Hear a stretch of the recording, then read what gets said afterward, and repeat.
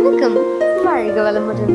இன்றைய சுகம் டிவியில் நாம் காணவிருக்கும் செய்தி தொகுப்பு ராணிப்பேட்டை மாவட்டம் நவல்பூர் அடுத்துள்ள தண்டலம் பகுதியில் அமைந்துள்ள அருள்மிகு ஸ்ரீ தேவி கருமாரியம்மன் ஆலயத்தில் இன்று 85வது ஆண்டு கூழ்வார்த்தல் பொங்கலிடும் திருவிழா நடைபெற்று வந்துள்ளது.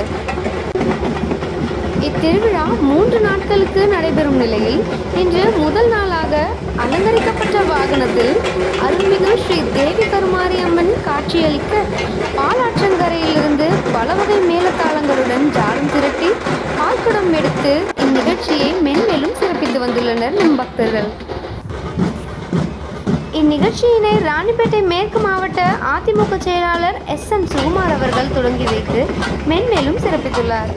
இதனைத் தொடர்ந்து ராணிப்பேட்டை, நவல்பூர் போன்ற முக்கிய வீதிகளின் வழியாக பால்குட ஊர்வல நிகழ்வு பல்வகை மேல்தாளங்கள் முழங்க நடைபெற்றுள்ளது எனவும் அப்போது ஏராளமான பக்தர்கள் அலங்கரிக்கப்பட்ட வாகனத்தில் காட்சியளித்த அருள்மிகு ஸ்ரீ தேவி கருமாரி அம்மனை வணங்கி வழிபட்டு வந்துள்ளனர்.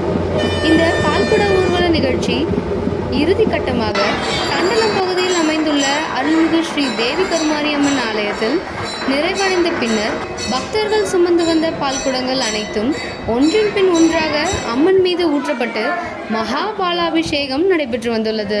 அப்போது பக்தர்கள் பக்தி கோஷங்களை எழுப்பி அம்மனை பக்தியுடன் வேண்டி வழிபாட்டில் ஈடுபடும் நிகழ்ச்சியை நம்மால் காண முடிகின்றது.